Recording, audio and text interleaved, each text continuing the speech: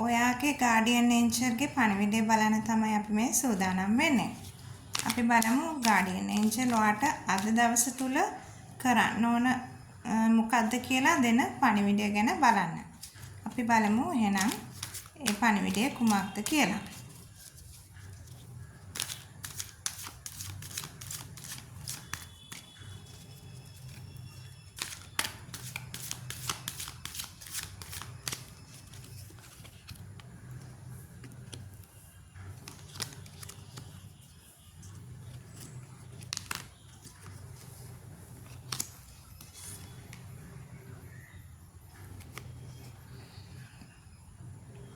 ඔයාගේ guardian angel ඔයාට කියනවා ඔයාගේ ජීවිතය තුළ අධ්‍යාත්මික අවදිවීමක් පටන් ගන්නවා කියලා.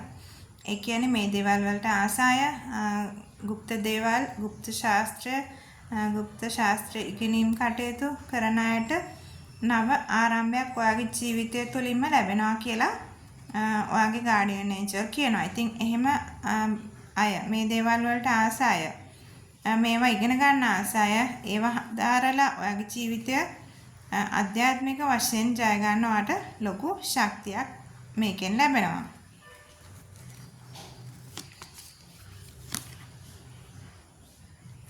ඒ වගේම සමගියට අධිපති ඉෂ්ට දේවතාවුන් වහන්සේ කියනවා ඔයාගේ සමගිය තවදුරටත් රඳා පවත්වා ගන්න කියලා. ඒ කියන්නේ ඔයාගේ පවුල තුල ඔයාගේ සේවා ස්ථානයේ ඔයාගේ පාසලේ ඔයාගේ ව්‍යාපාරික ස්ථානයේ ඒ හැම තැනකදීම ඔයාගේ සමගිය ආරක්ෂා වෙන විදියට කටයුතු කරන්න කියලා පණිවිඩයක් ලබා දෙනවා.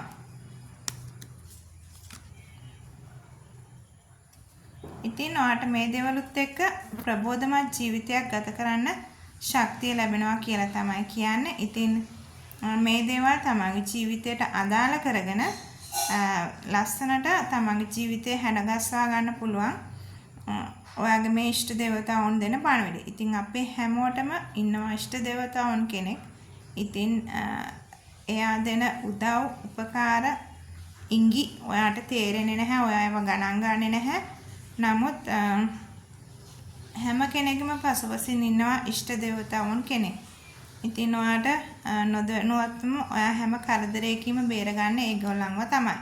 ඉතින් ඒගොල්ලන්ට ස්තුති කරන්න පින් දෙන්න. එතකොට ඔයාලට තව තවත් ඔයාගේ ඉෂ්ට දේවතාවුන්ගේ පිහිට ලබා ගන්න පුළුවන්. හැම දිනාටම තමන්ගේ කාර්යයන් සාර්ථකව කරගෙන යන්න ශක්තිය ලැබේවා කියලා ප්‍රාර්ථනා කරනවා.